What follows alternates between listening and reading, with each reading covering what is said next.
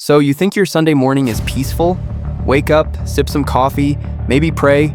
Well, at a church in Grand Blanc, Michigan, things got way out of hand.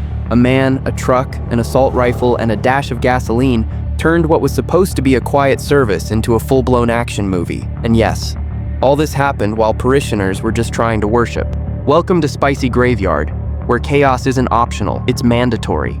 On September 28, 2025, at around 10:25 a.m., Thomas Jacob Sanford, a 40-year-old former Marine, drove his Chevy Silverado directly into the church. And that was just the opening act. He followed up by opening fire with an assault rifle and igniting a fire inside the building using gasoline. Imagine showing up for Sunday service and suddenly you're in a real-life version of an action thriller, complete with pyrotechnics. People were running, screaming, hiding behind pews, while someone probably yelled, "Father, why is this happening?" By the time law enforcement arrived, at least 4 people had lost their lives and 8 others were critically injured. The suspect was shot dead by police, ending the nightmare within minutes. But the chaos left lasting scars. Parishioners were traumatized, church pews were damaged, and the smell of smoke lingered for hours. And if you thought your worst morning was spilling coffee, try dodging bullets and fire inside a church. Fun times. Thomas Jacob Sanford, a 40-year-old Iraq War veteran, had no prior criminal record. Shockingly, his mother was a member of the church he attacked, and he had attended services occasionally. Police are still piecing together a motive, but it appears personal factors combined with something deeper, possibly mental health struggles, led to this tragedy. A person who once swore an oath to protect is now a suspect in one of the most shocking church attacks in recent U.S. history. Talk about a complicated family reunion. Amid all the chaos, one parishioner who doubled as a security guard stepped up like a real-life action hero.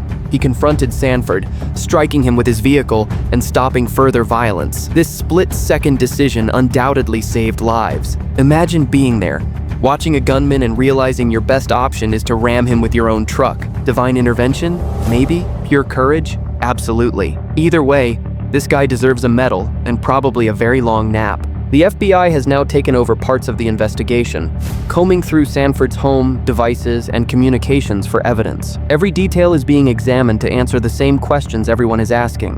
Why did this happen? Could it have been prevented? And more importantly, how do we stop someone from turning a house of worship into a battlefield? As authorities dig, social media users are dissecting every clip, every statement, and every possible angle. Some serious, some less so. Sadly, this is not an isolated incident. Violence at places of worship in the U.S. is a growing concern. From nuns to pastors, from Sunday schools to youth groups, nobody is completely safe. It raises questions about security, mental health, and the accessibility of firearms. And for those thinking, it won't happen here, think again. These tragedies remind us that sometimes, the most sacred places can turn into the most unpredictable. And yes, there will always be memes about it, but the underlying issue is terrifyingly real. So, next time someone complains that church is boring or sleepy, remind them it could be worse. You could be in Grand Blanc on September 28th, dodging bullets and fire while wondering if the nun next to you has a plan. Don't forget to subscribe.